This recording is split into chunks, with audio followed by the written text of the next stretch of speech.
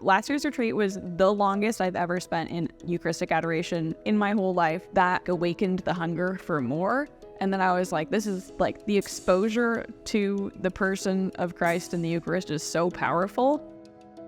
I think having a space where I can reflect and we can reflect together as a community on how we live as artists and as Christians and how those things go together and support one another allows for a reflection. I've experienced how that opens up the reality that God is so present in his invitation in art and helped me to move towards living a more integrated way of art and faith.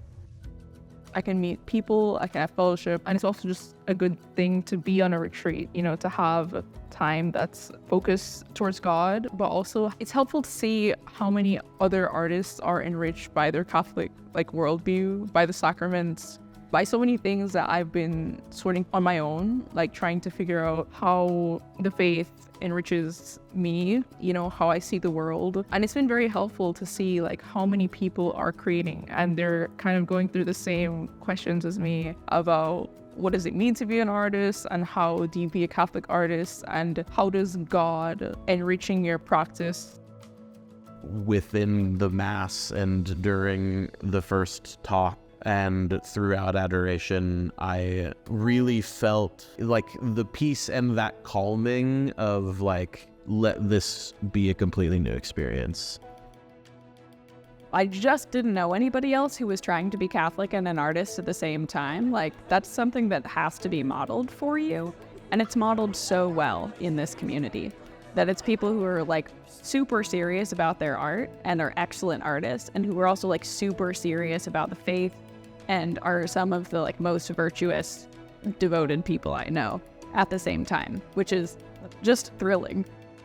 People talk about how saints come in pairs or they come in groups, and I have a very strong sense that that's happening here.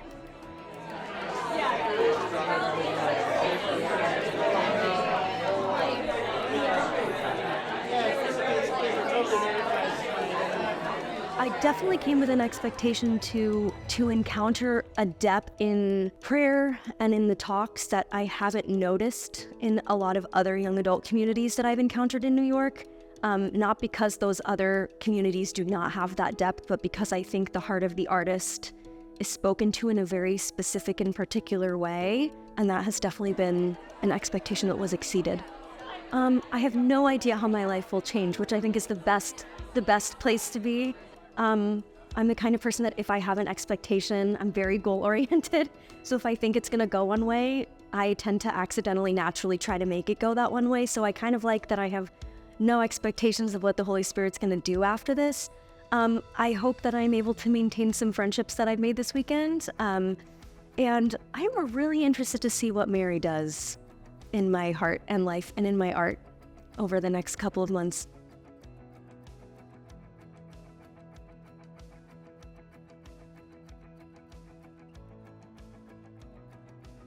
And so many things unfold in that. And so I have a weekly holy hour since then. Also in the year that's passed, I've written 2 plays. I did a significant amount of frameworking. I sat with my roll of butcher paper on the floor in front of the sanctuary and scaffolded a new version of a play I've been working on for a couple of years. Did a staged reading of it. I also wrote short play about prayer, about my experience of prayer and distraction, but also this earnest desire for something to happen, which is maybe a little misguided sometimes. I entered that in a play festival. It won first place, which was awesome. Yeah, just as awakened this hunger for the Eucharist, this hunger to have some kind of expression of my interior experience through art and to share it with people.